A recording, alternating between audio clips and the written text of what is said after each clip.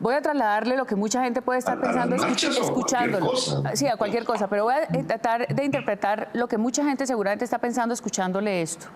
Petro es el que ha armado este desorden, Petro es el que está diciendo que tienen que salir a las calles y se traslada de ese escenario de calle, de esa voluntad individual que muchos jóvenes pueden tener por salir a protestar, la idea de que es usted el que está detrás de esa incitación a los jóvenes para salir a manifestarse. Que si yo estoy detrás de eso, pues yo no hice la reforma tributaria.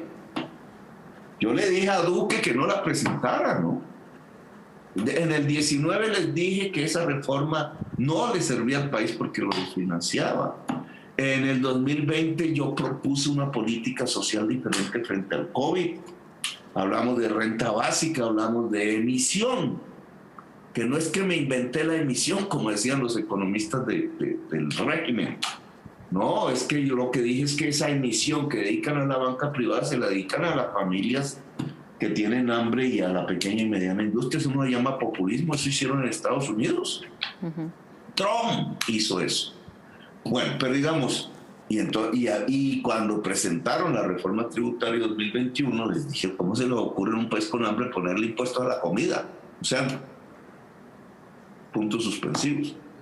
No, entonces desató el estallido, entonces yo soy el culpable, porque me quieren ver como el actor de la violencia. Quien es el actor de la violencia es el gobierno, y voy a explicar por qué. No yo. A mí la violencia me puede sacar del país incluso. Me puede poner en una tumba. El señor Duque quiere la violencia. Uribe quiere la violencia, el caos. Entre más caos para ellos mejor. ¿Por qué? Porque obtienen dos resultados políticos. Y eso hace parte, digamos, de lo que estamos viviendo. Uno, a través del miedo siempre han obtenido los votos. Miedo a la FARC, miedo a Chávez, miedo a Maduro, miedo al comunismo, miedo a los jóvenes. Ahora hay que tenerle miedo a la juventud.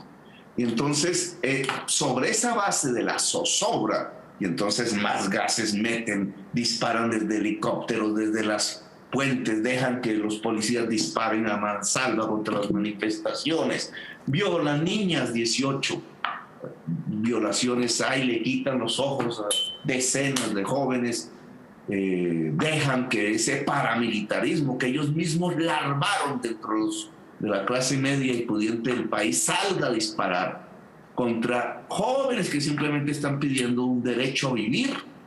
Ese caos generado, construido por el gobierno, les da réditos políticos. Ellos están usando eso para ganar las elecciones del 2022. Y si no les funciona, Alejandra, pueden, el sector más radicalizado y fundamentalista del uribismo, que es puro fascismo, quiere un golpe de Estado.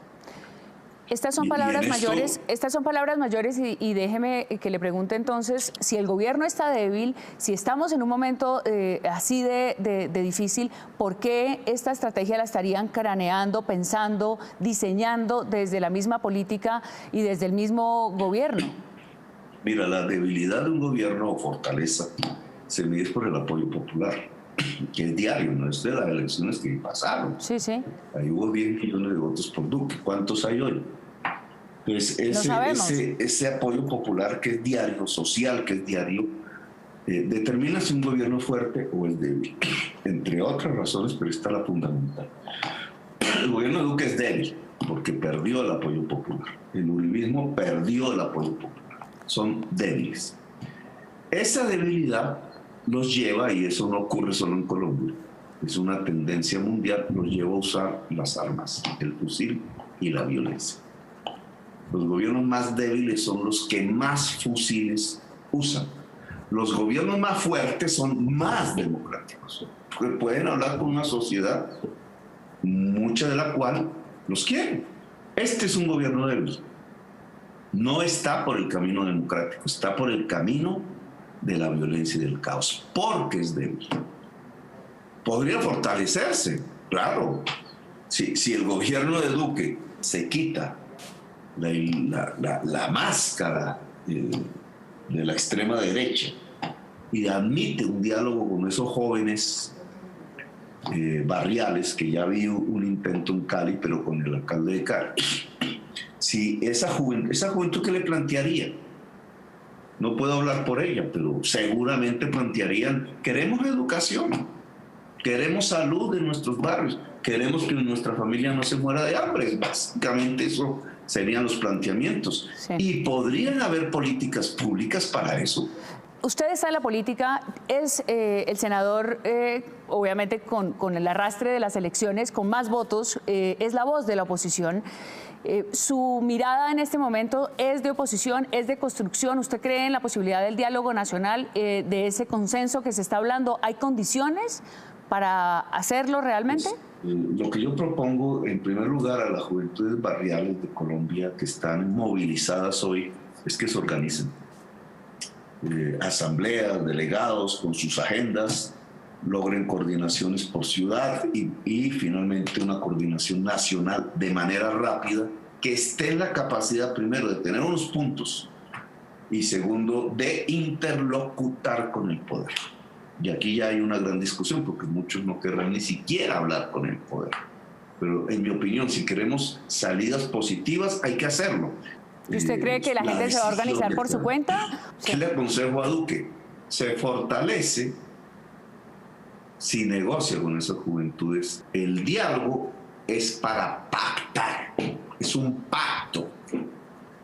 Y esta palabra la voy a repetir durante mucho tiempo: pacto. Pacto significa un contrato. Yo me comprometo a esto, ustedes a esto.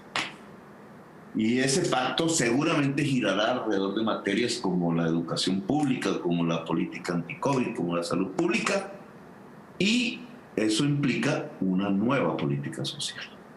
En ese camino, digamos, usted podría ser interlocutor, ser mediador, ser esa voz que llegue a ese entorno del presidente Duque a hablarles de lo que nos está comentando hoy.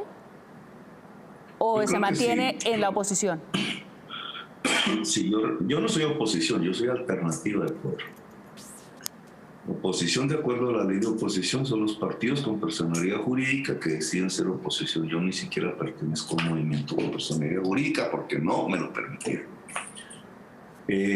Yo soy alternativa de poder y desde esa perspectiva, primero, no puedo reemplazar la juventud en una interlocución con el gobierno. Eso sería antidemocrático, sería oportunista. No. Si queremos construcción democrática positiva en Colombia, es esa juventud y el gobierno. Yo no soy ni esa juventud ni el gobierno. Puedo vigilar el pacto que se haga entre ellos. Puedo vigilar que se cumpla. Como congresista que soy, esa es una de sus funciones. Y si llego a ser gobernante de este país, lo cumplo. Muchas gracias por estar en Noticias Caracol. Esperemos que se solucione pronto y que ojalá podamos volver a continuar este diálogo. Bueno, gracias, Alejandra, y a todos los y las que nos han visto y oído en este momento.